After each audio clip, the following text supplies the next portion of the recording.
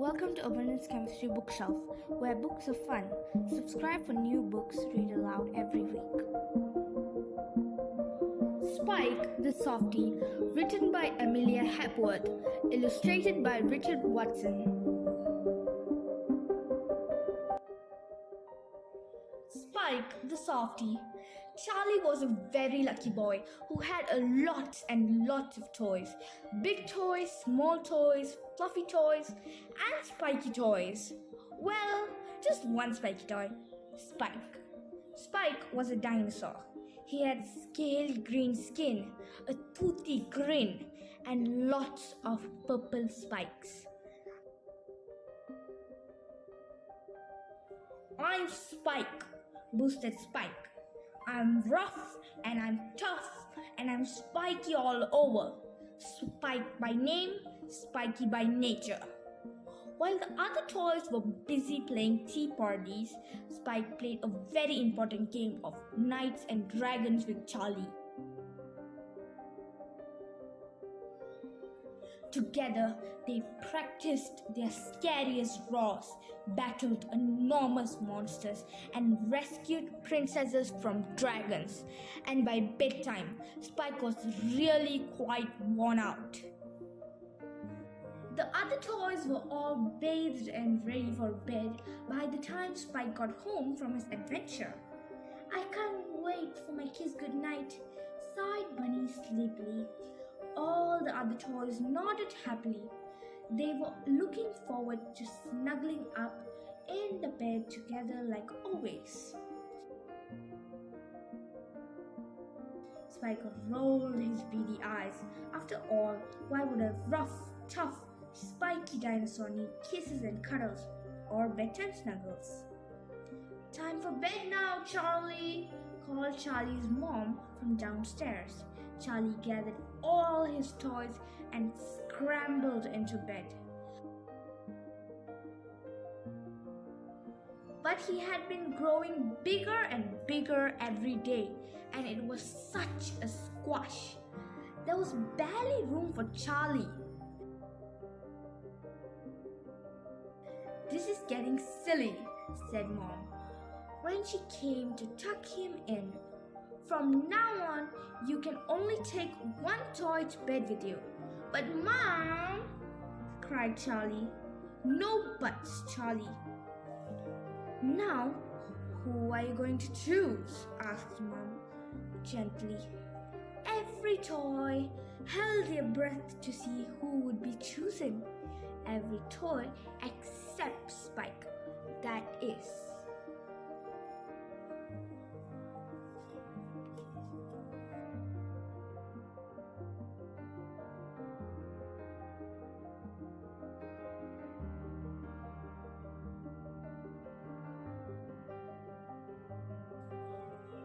"I think I'll choose Big Ted," said Charlie at last, "because he's good to snuggle up with." The other toys sighed with disappointment. "I'm sure he'll pick someone else tomorrow," said Susie. She was a very sensible doll. "Well, I don't mind if I don't get picked," announced Spike bravely. "Bedtime cuddles are for softies, and I'm rough and I'm tough and I'm spiky all over." "Yes, we know, Spike," said Bunny kindly. "But if you did want to snuggle up with the rest of us tonight, you'd be very welcome." But Spike had already stomped off to find himself somewhere else to sleep alone. The next night, Charlie did pick someone else. He picked Bunny because she was squidgy and smelled good.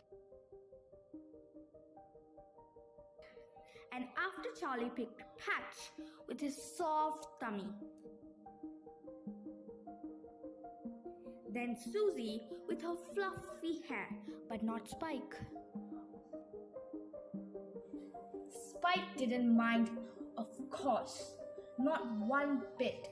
Well, maybe he minded a little. In fact, As he watched Charlie snuggle up in bed without him for yet another night, Spike wondered if being rough and tough wasn't actually such a good thing. After all, who would want to snuggle up with someone so spiky? No one, that's who. Oh, I will never get a bedtime cuddle ever again, he thought sadly. And as the other toys settled down to sleep, a single fat tear rolled down Spike's scaly green face and landed plop in front of him.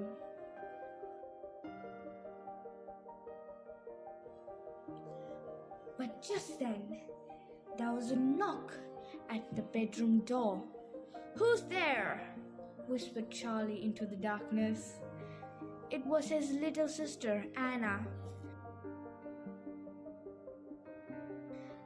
"There's a monster," wailed Anna in tears. "And he's hiding under my bed," Charlie sighed. He knew there was no such thing as monsters under the bed, but Anna was only little. "Would you like to read a story, Anna?" "Yes, please," she smiled. So Anna snuggled up with her brother and they read her favorite story together until her head began to nod and her eyes started to close.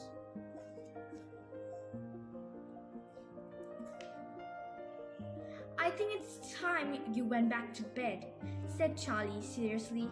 His mom had told him he must be a good big brother to his sister. "But who will protect me from the monster?" asked Anna in a small voice. She looked like she might cry again. Charlie thought about this for a moment. "I know," he laughed. "You need Spike. No monsters match for the roughest, toughest, spikiest dinosaur in all land."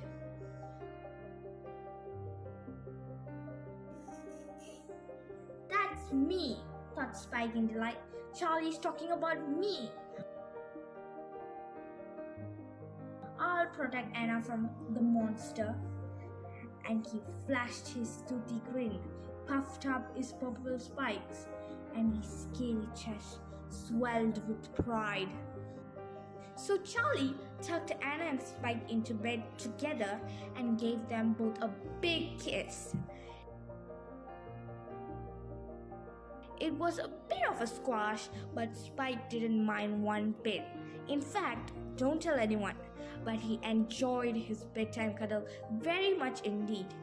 And as he nodded off, Spike thought how maybe, just maybe, he could get to like being rough and tough and a softy inside. The end. Thank you for watching the Abundance Chemistry Bookshelf. If you liked today's video, be sure to give us a thumbs up and don't forget to subscribe so you don't miss any of our new videos.